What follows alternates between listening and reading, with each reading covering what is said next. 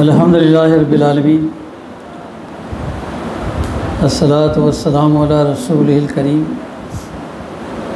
इला यौमिद्दीन। क़ाला तबारक तआला फ़िल क़ुरानिल मजीद वल फ़ुरक़ानिल हमीद। औज़ु बिल्लाहि मिनश शैतानिर रजीम। बिस्मिल्लाहिर रहमानिर रहीम। अलम यानी लिल्लज़ीना आमनू अन तख़शअ क़ुलूबुहुम लिज़िक्रिल्लाह वमा नज़ला मिनल हक़। सदक़ल्लाहुल अज़ीम। क्या ईमान लाने वालों के लिए अभी वक्त नहीं आया कि उनके दिल अल्लाह के ज़िक्र से पिघलें और उसके नाजिल करदा हक़ के आगे झुकें।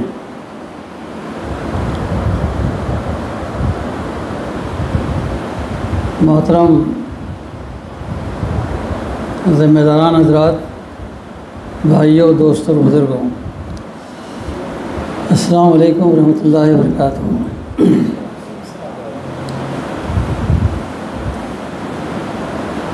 कुरान मजीद से मैंने वो जो आयत पढ़ी है सूरह हदीद की, इसका पस मंज़र मुफस्सिरीन ने बताया है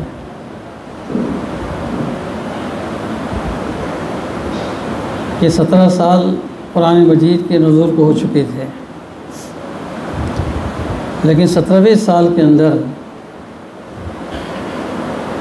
उम्मत पर जो आफत आई थी, जो मुसीबत आई थी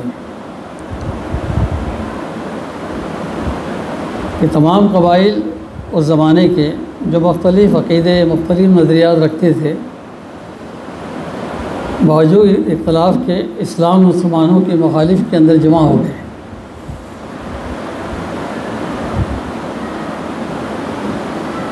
और शब खून हमले होने लगे, सहाबा को रास्तों से उठा लिया गया। अचानक जब ये कैफियत बनी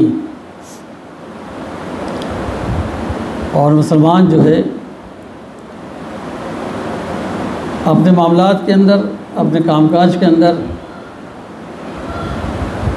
ज़्यादा मसरूफ़ रहे, तो उनके दिलों को झंझोड़ने के लिए कि हालात क्या बन रहे हैं, दुश्मन आपके ख़िलाफ़ क्या कार्रवाई अंजाम दे रहा है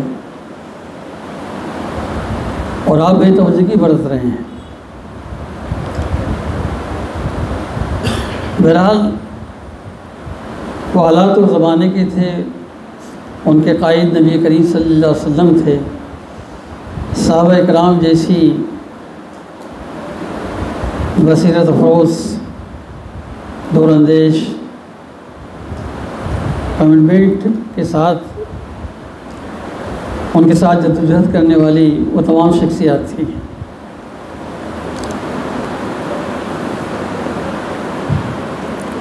बहरहाल उसी दीन को हमने तस्लीम किया है, उसी कुरान को हमने पढ़ा है जिसको अल्लाह के रसूल सल्लल्लाहु अलैहि वसल्लम लेकर आए हैं, उसको पढ़ते भी हैं। और जो मिसाली जद्दोजहद आप सल्लल्लाहु अलैहि वसल्लम ने, आपके साथियों ने अपने ज़माने में की है, वो हमारे लिए एक आइडियल है, एक नमूना है। लेकिन आज मिल्लत का सवाद आज़म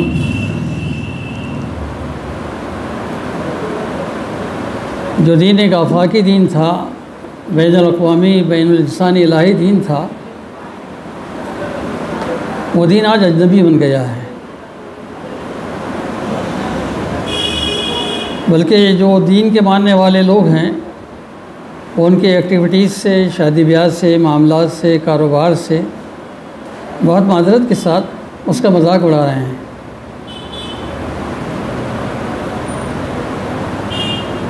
उस दीन की तालीमात को जो तमाम इंसानियत के लिए काबिल अमल थी, उसके मानने वाले बेअमली के इस कदर शिकार हुए कि वह दीन अपने माशरे के अंदर अजनबी बन गया।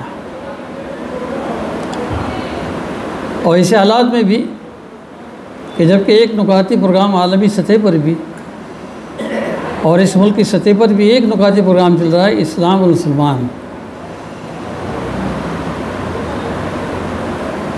इसको निशाने भी लिया गया है। आलमी सतह पर भी आप पढ़ सकते हैं, देख सकते हैं कि मुस्लिम ममालिक की कैसी ईंट सीट बजा दी गई। ईरान हो, इराक हो, अफ़गानिस्तान हो, आज का फ़लस्तीन हो, हर कोई जो है वो मुसलमानों को परेशान करने में, उनको बर्बाद करने में लगा हुआ है। शाम के अंदर जो है अपने लोगों ने 10 लाख से ज़्यादा मुसलमानों का कत्ल कर दिया, एक दूसरे पे बम्बार्डिंग, उस पे फायरिंग। यहाँ दुनिया के नक्शे पर ऐसा कोई मुल्क नहीं है आज की तारीख में 57-58 ममालिक में कि जिसको कह सकते हैं कि ये इस्लामी मुल्क है, यहाँ इस्लामी कानून चलते हैं। तुर्की जो है कुछ आगे बढ़ रहा है, अभी कंप्लीट नहीं हुआ है। तो बताइए कि ये आलमी सतह पर हमारी सूरत हाल है कि कोई मिसाली मुल्क इस नक्शे पे नहीं है। बहरहाल वहाँ के ममालिक, वहाँ के हालात, वहाँ का जोग्राफिया, वहाँ की तारीख़, वहाँ के अफराद उन्हीं से मंसूब है। हम लोग चाहते हुए भी वहाँ के लिए कुछ नहीं कर सकते, लेकिन यहाँ के लिए कर सकते हैं। ये मुल्क हमारा मुल्क है। इस मुल्क के अंदर हमने आज़ादी से पहले बहुत कुछ कुर्बानियाँ दी हैं। हमारे हज़ारों उलमा इकराम को दरख्तों पर उनकी गर्दनों को काट के लगा दिया गया है। जिलियाने वाले बाग को खून से जो है, इंसानी खून से भर दिया गया था। बहुत कुर्बानियाँ दी इस मुल्क को हासिल करने के लिए। और यकीनन सबकी सोच यही थी कि मुल्क आज़ाद होगा, इसकी खुशगवार फ़ज़ा के अंदर सब लोग मिलजुल के रहेंगे। इसलिए हिंदू, मुस्लिम, सिख, ईसाई आपस में भाई भाई का नारा भी दिया गया। बहुत मेहनतों के साथ, बहुत मोहब्बतों के साथ, बहुत कोशिशों के बाद 200 साल गुलामी से हमने आज़ादी हासिल की। और उस आज़ादी से पहले भी जो लोगों को शरारत करना थी, इस मुल्क को कोई और रुख देना था, किसी और रंग में रखना था, 1925 से उनकी अपनी कोशिश थी, आज़ादी से पहले से थी। लेकिन जिन लोगों ने उनको एतमाद में लिया था, सेकुलर के नाम पे हमारे वोटों को वोट बैंक बनाया था, हमारे लीडरशिप को उन्होंने अगवा कर लिया था, वो लोगों का जो कुछ भी हमारे साथ सुलूक रहा, यूज़ एंड थ्रू हमें इस्तेमाल किया गया और हमें एक तरफ रखा गया, साइड किया गया। शुरू से देखिए आप, हमारी इतनी बड़ी मिल्लत जो 18 से 20 करोड़ में आज मुनसर है, इसका कोई एजेंडा नहीं है। ये अब तक इन्हिसार करती आई है। चंद सियासी पार्टियों के भेंट ये लोग चढ़े हैं और अपना हाईकमान जो कहता है उसको फॉलो करते हैं। हमें चंद चीज़ देकर समझा दिया जाता है, लेकिन हमारी तालीमी सूरत हाल, हमारी माशी सूरत हाल, हमारी समाजी सूरत हाल, हमारे इदारे, हमारे स्कूल, हमारे कॉलेजेस, आप देखिए कि किस हालत के अंदर है। ये कौमों की तरक्की और उसके ज़वाल की ये चीज़ें असबाब बनती हैं, लेकिन 70 साल दौर हुकूमत में हमारे हाथों में इस सेकुलर हुकूमत ने सच्ची रिपोर्ट रखी है। सर्वे किया गया तमाम कौमों का, तमाम जाति जमातों का, तमाम मज़ाहिब के मानने वालों का, और सर्वे रिपोर्ट ये आ रही है राजेंद्र सच्चर की, इस मुल्क के अंदर जितने लोग रहते बसते हैं उसमें से सबसे ज़्यादा अनाड़ी, जाहिल, गंवार कम पढ़े लिखे लोग, अगर कोई है तो मुसलमान है। जबकि हमारी किताब का पहला लफ्ज़ इकरा है। इस लफ्ज़ के बाद सारी आयतें आई हैं, नॉलेज, तालीम, इल्म, उसकी अहमियत को पहली वाज़ेह किया गया है। और मुल्कों के सामने हमारी ये तस्वीर आ रही है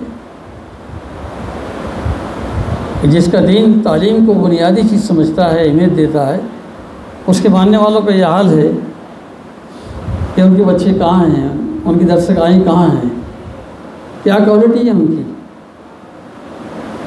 आप मेजॉरिटी का आप सूरत हाल का जायज़ा लें, हमारे स्कूलों का जायज़ा लें। आप यहाँ कुछ अलग होगा मामला, छोटे छोटे गांव में जाइए, शहरों में जाइए, हमारी तालीम गाहें कॉपी सेंटर बनी हुई है। टीचर भी इम्तिहान गाह के अंदर किताबें प्रोवाइड कर रहे हैं, सरपरस्त जो है स्कूल की बाउंड्री पे खड़े हुए हैं। और इतना ही नहीं कि अगर मेडिकल साइंस में, इंजीनियरिंग में किसी क्वालिटी एजुकेशन के लिए बच्चे को एडमिशन दिलाना है तो अपनी जेबों को खर्च करते हैं, मार्क बढ़ाने की मुमकिन कोशिश करते हैं।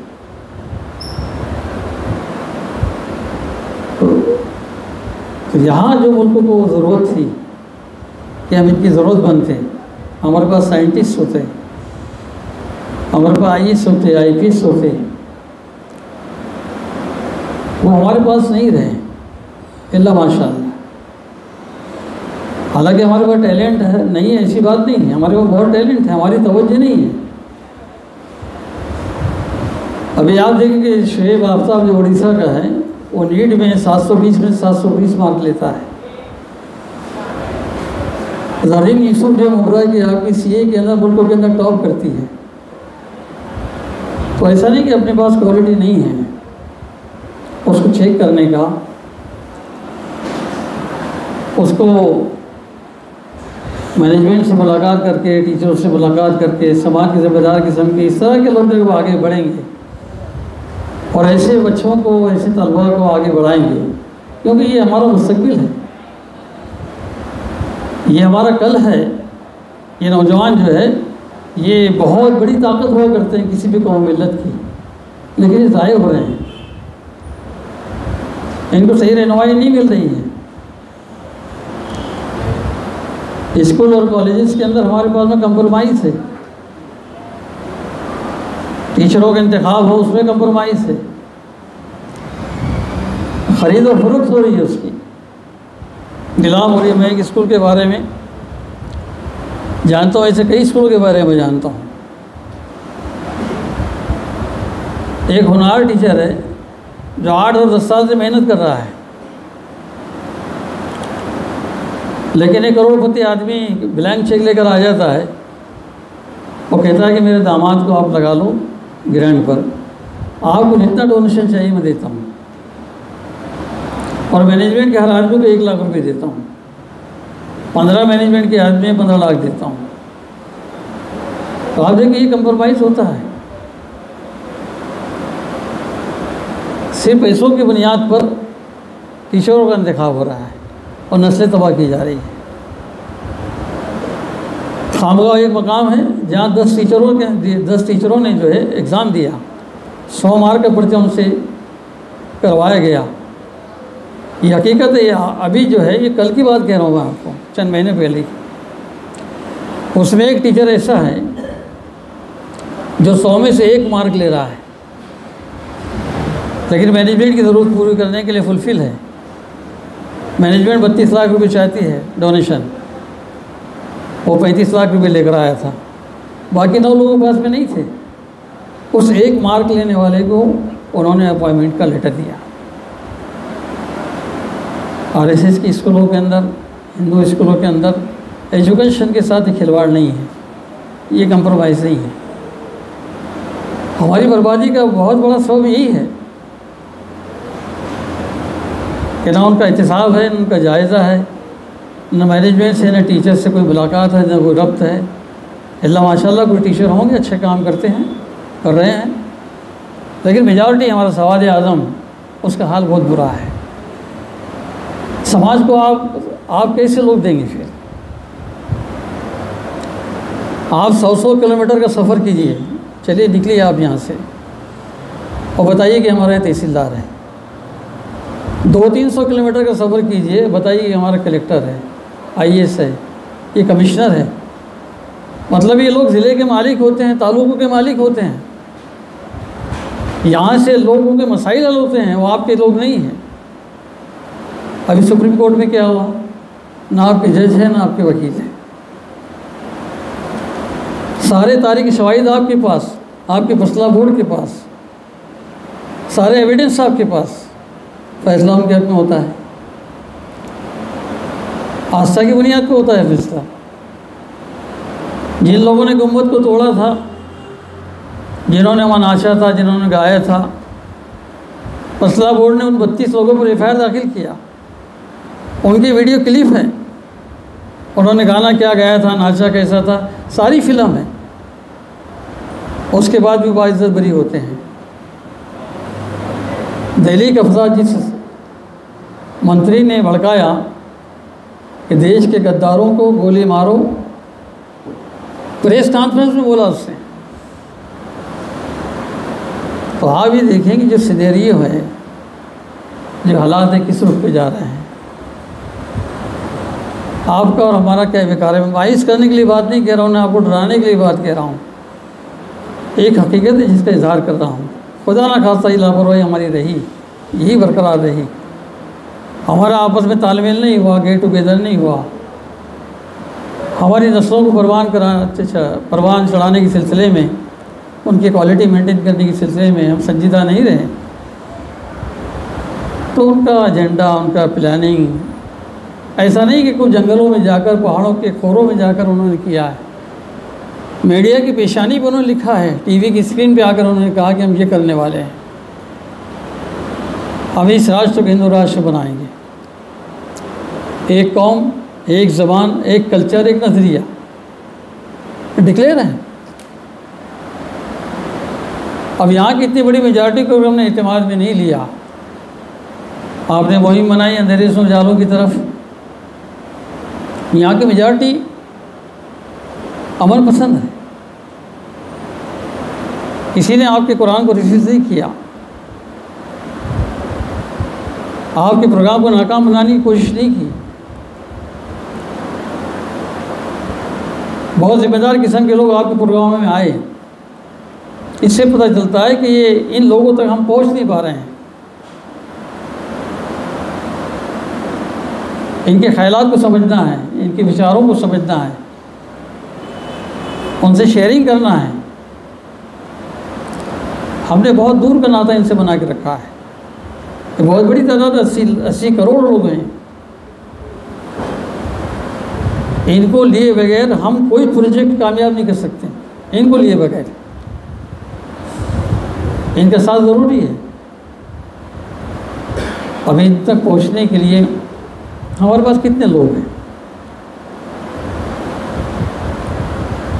मौजूदा हालात जो हैं हमारे सामने, नफ़रतों की सियासत पर चल रहे हैं। 67 वोट जो है यूथ का है। 67 उन यूथ को उन्होंने यरगमाल बना लिया। जज्बाती होते हैं। उन्होंने जब हिंदुस्तान पाकिस्तान किया, मस्जिद मंदिर किया, वोटों को हिंदू मुस्लिम बना दिया। कभी माहौल लिंचिंग की, कभी लोग देहात का मसला छेड़ा, कभी ईदगाह कब्रिस्तान छेड़ा, और ये इशू नौजवानों को बहुत पसंद आए। इस पर वो कामयाब भी हो गए। अब इसको बाकी रखना चाहते हैं हम, इसी पे इलेक्शन करना चाहते हैं। अब इसको हमारी बड़ी अक्सरियत इस इलेक्शन को, इस सियासत को एक गंदी चीज़ समझती है। बहुत बड़े बड़े दीनदार लोग, बहुत बड़े बड़े उलमा हज़रात माज़रत के साथ इस चीज़ को बिल्कुल साइड पर रखा है कि अपनी काम की चीज़ नहीं है। लेकिन इतने काम की चीज़ है कि 49 लोग अगर शरीफ है, समझदार है, ईमानदार है, लेकिन 51 लोग जो हैं वो बदमाश है, गुंडे हैं, जालिम हैं, लेकिन इक़्तिदार उन्हीं को मिलेगा। इसका फंडा ही है government of the people for the people by the people. ये जनता की हुकूमत है, अवाम की हुकूमत है। अवाम अगर एक कान वोट ले लेंगे, वो चाहे गए गुजरे लोग हों, हुकूमत वही करेंगे, और ये हो रहा है। तो इनकी जहन साजी करने का, इनको सही रुख देने का ये बहुत बड़ा काम है। मैं समझता हूँ कि इंतहाई मुश्किल तरीन काम है, लेकिन नहीं करेंगे तो नताइज भुगतना पड़ेगी। हमने काम किया होता तो काम आसान होता, अल्लाह आपकी मदद करता, लेकिन काम नहीं किया, ये मानना पड़ेगा। वरना आज भी बहुत बड़ी अक्सरियत समाज के अंदर आपके कामों को अप्रिशिएट करती है, आपके कामों को अच्छा कहती है। लेकिन ये जो लोग हैं बदमाश किस्म के, ये संगठित है, ये मुत्तहिद है, इसलिए बहुत ज़्यादा दिखाई देते हैं। और समाज जो है, जो शरीफ है, समझदार है, लेकिन वो मुंतशिर है, फैला हुआ है, उनको जोड़ने की कोशिश नहीं की गई है। किसी दानिश्वर ने कहा था कि समाज का नुकसान बुरों की बुराई से नहीं पहुंचता, अच्छों की खामोशी से पहुंचता है। ये खामोशी तोड़ना पड़ेगी, ये सुकून गारत करना पड़ेगा, बेचैनी हमारे अंदर आना पड़ेगी। अगर हमारा यही मिजाज रहे कि सुबह होंगी, सब्ज़ी और गोश्त का इंतज़ाम हम कर दें घर के अंदर जाने से पहले,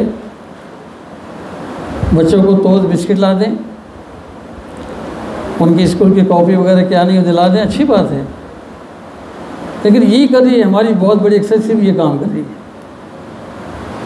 वो उम्मत वस्त है, उम्मत खैर है, सारे इंसानों के लिए उसको बर्पा किया गया है। उसका जो मिशन है उसको गौर नहीं करते हो।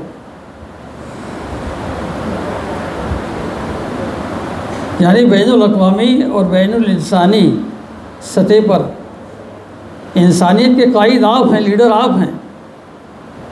इसकी हवा तक नहीं लगी हमारी उम्मत को कि हम सारे इंसानों के कायद और लीडर हैं। सब लोग मिलकर हम पर लीडरी कर रहे हैं, सब मिलकर हम अपनी दौलत जमा रहे हैं।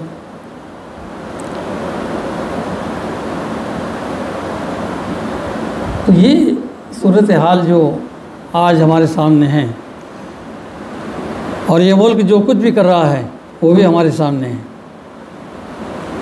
उसका पूरा एजेंडा नफ़रतों पर है, इंसानों को इंसानों में लड़ाना है, तकसीम करना है। बहुत बड़ा मुल्क है, इसकी जिम्मेदारी हम पर भी है जहाँ दूसरे लोगों पर है। इसलिए मैं आप हज़रात से आज की इस मजलिस में ये कहना चाहूँगा कि देर तो बहुत हो गई है। इस मुल्क को आज़ाद हुए 73 साल हो चुके हैं। कल के जो आने वाले अय्याम हैं,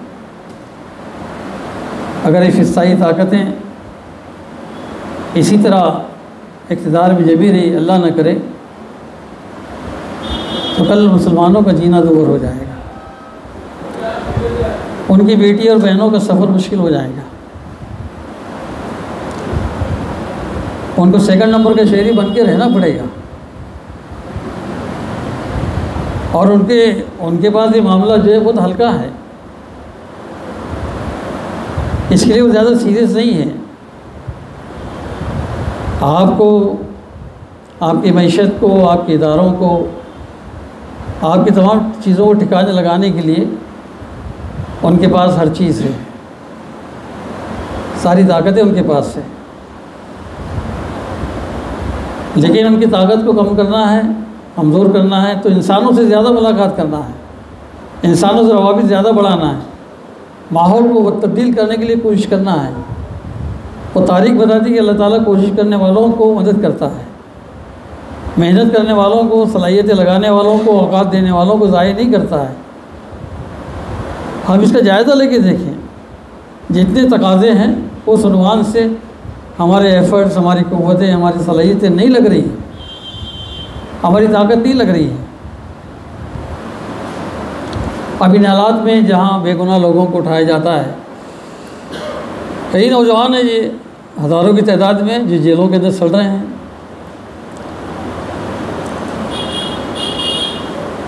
हमारे किसी आदमी को यहाँ से अगर इस नशिश में उठा के अगर कोई ले जाए UAPA के अनुमान से, कानून बन गया, शक की बुनियाद पर किसी भी उठा लिया जाएगा। लोगों को उठाया गया है, चाहे शर्जील इमाम हो, उमर खालिद हो, ऐसे कई नौजवान हो, 14 साल के अंदर बाइज्जत बरी हो रहे हैं लोग, डॉक्टर कफील बरी हुआ और ऐसे कई लोग बरी हो रहे हैं। लेकिन उनसे पूछे ना कौन कि आप इस तरह की हरकत क्यों कर रहे हैं। मैंने भी बात रखा था, दिल्ली मरकज़ से एक जिम्मेदार को वहाँ से उठा के ले जाया जाता है ओखला पुलिस स्टेशन में। वहाँ हमारे पास एडवोकेट भी है, कानून के माहिरीन भी हैं, जवाब पूछने वाले लोग भी हैं। सब उस शख्स के पीछे गए, पुलिस स्टेशन पहुँचे और कहा, ये बात कही उन्होंने कि हमको बताओ कि इन्होंने क्या देशद्रोही हरकतें की है जिसकी बुनियाद पे आपने इनको उठाया है, क्या आतंकवादी है। आप बताएं, हम जाके मैसेज देंगे हमारे गली महलों के अंदर कि आदमी इतने वर्षों से हमारे दरमियान रह रहा है और उसकी हरकतें ये ऐसे बारूद बना रहा था, बम बना रहा था और इस तरह की जो हरकतें कर रहा था देश के ख़िलाफ़। उनसे जवाब पूछा गया है कि हम अपने इलाके में जाके बात कहेंगे, आप बताएं। लेकिन जिस तरह के और लोगों को उठाया गया था इसी तरह इनको भी उठाया गया। ख़वातीन भी, आदमी भी सैकड़ों की तादाद के अंदर पुलिस स्टेशन पे जाके बैठ जाते हैं, पालती मार के बैठ जाते हैं। 2 बजे रात को उनको छोड़ना पड़ता है। ऐसे प्रेशर ग्रुप हमारे पास है क्या? ऐसे कानून के माहिरीन का ग्रुप हमारे पास है, हर इलाके में होना चाहिए। बॉम्बे बहुत बड़ा शहर है और मकामात भी होना चाहिए। इससे हिम्मत बड़ी, मुख्तलिफ फिक्र के लोग तालमेल के साथ आएँ, उनका वर्कशॉप ले। हमारे पास APCR है, ऐसे एक्टिविस्ट लोगों को हम जमा करें। खुदा ना खाता ऐसा कोई हादसा मामला हो जाता है, हर एक के फ़ोन नंबर एक दूसरे के पास है, एक दूसरे से फ़ोन करें, एक जगह जमा हो जाएं, प्रेशर बनाएं कि क्यों किया गया ऐसा, क्या, वरना ये चलते रहेगा। हमारा मिली फोरम होना चाहिए, हमारा मसालिक अलग हो, हमारे मतलब फ़िक्र के लोग अलग अलग हों, लेकिन मिल्लत के और उम्मत के वसीतर मफाद के लिए हम सब एक साथ सोचें। हम किसी मसलक को ना छेड़ें।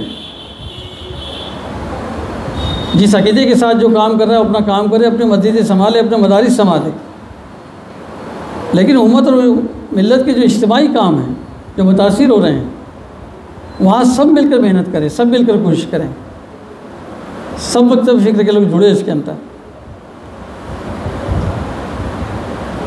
अब आपके लिए आलमी सतह पर सारी कौमें एक हो रही हैं, यहाँ मुसलमानों को छोड़ के सबको हिंदू समझा जा रहा है, वो सब मिल रहे हैं और हम तौहीद के लंबरदार, रिसालत के लंबरदार, आखिरत के लंबरदार। और उनके पेश नज़र ये चीज़ें नहीं हैं, ना वो तौहीद को मानते हैं, ना रिसालत को मानते हैं, ना आखिरत को मानते हैं, लेकिन मुत्तहिद हैं और हम इन सब चीज़ों को फॉलो करते हैं, इन सब चीज़ों को मानते हैं।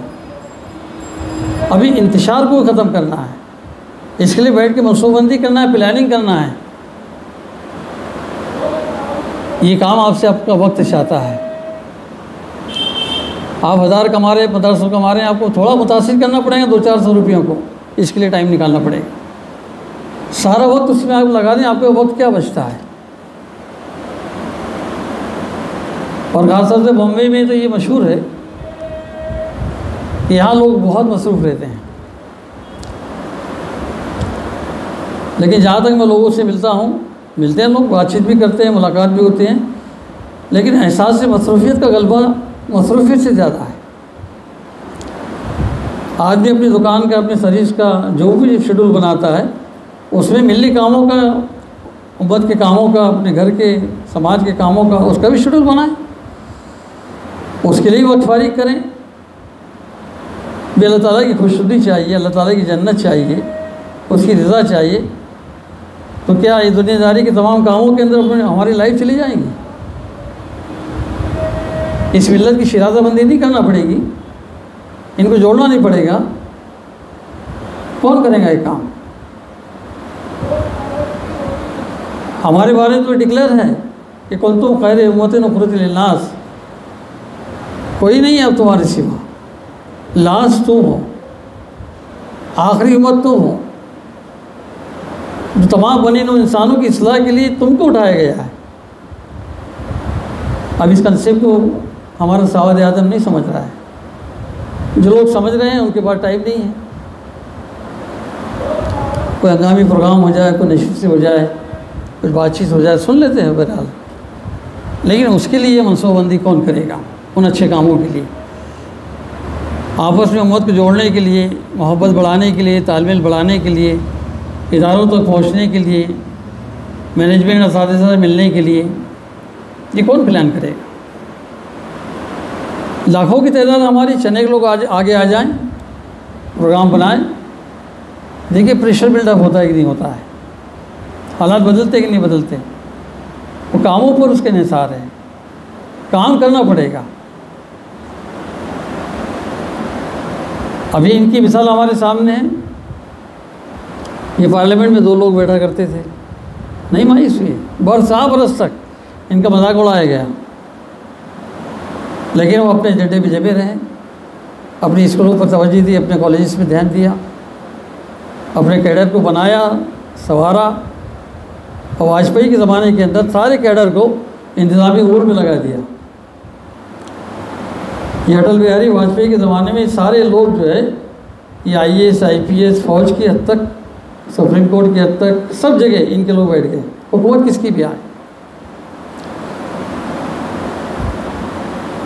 आज भी आप देखिए सुप्रीम कोर्ट से लोग जो है वो रिटायर हो रहे हैं और वो पार्टी के गवर्नर बन रहे हैं, MLA बन रहे हैं, MP बन रहे हैं। प्लान उनके पास, मंसूबा है उनके पास, और यहाँ रहना है उनको, इन्हीं के दरमियान जीना है। तो आप बहुत ही दूरअंदेशी सोचिए, क्या सर झुकाकर, आंखें बंद कर हाथ बांध कर इनकी पुलिस के सामने, इसकी फ़ौज के सामने, इनकी कुव्वत के सामने इसी तरह जीना है? जाहिर है कि कोई ज़िंदगी नहीं होगी। और ये दिन लाने के लिए वो लोग बहुत बेचैन हैं, आपसे बहुत नफरत है उनको। अब आप देखें कि मुल्क का 1 नंबर का आदमी, 1 नंबर का शहरी आदमी, जब गुजरात के फसाद के बारे में जो नस्लकुशी हुई थी उसका एहसास जाना गया कि तुमको गुजरात के बारे में क्या एहसास है, उसने क्या कहा था? किसी गाड़ी के नीचे कोई कुत्ते का पिल्ला आ जाता है तो उसका भी एहसास होता है, बस यही एहसास मेरा है। मीडिया भी बोल रहा है वो।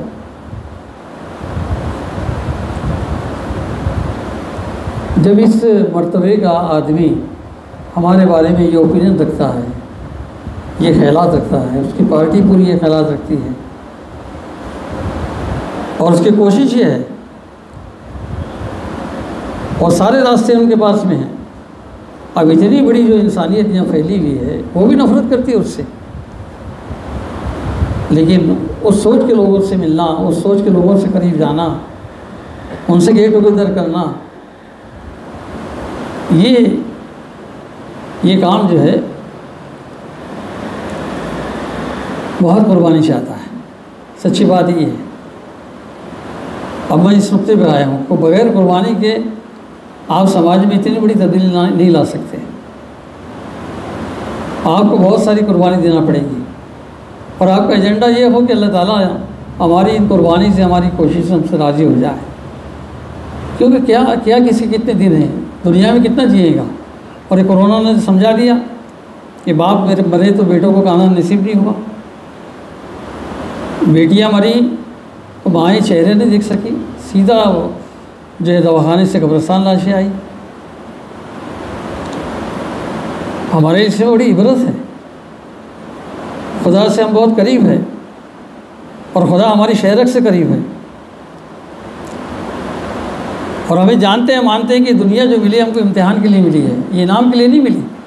अगर यहाँ कोई बंगले ख़रीदता है, कारें ख़रीदता है, वो इनाम नहीं है, उसकी आजमाइश है। माल देकर, दौलत देकर, तालीम देकर, सलाहियत देकर अल्लाह आजमाना चाहता है। इनाम तो आखिरत में मिलने वाला है। दुनिया में इनाम किसी को नहीं मिलेगा, इनामात अल्लाह ताला के पास में है। यहाँ जो कुछ दिया गया उसमें आपकी आजमाइश है। तो इसको भी महसूस करें कि जो कुछ खुदा ने दिया है उसके दीन के लिए, उसके बंदों के लिए वो कितना काम में आ रहा है।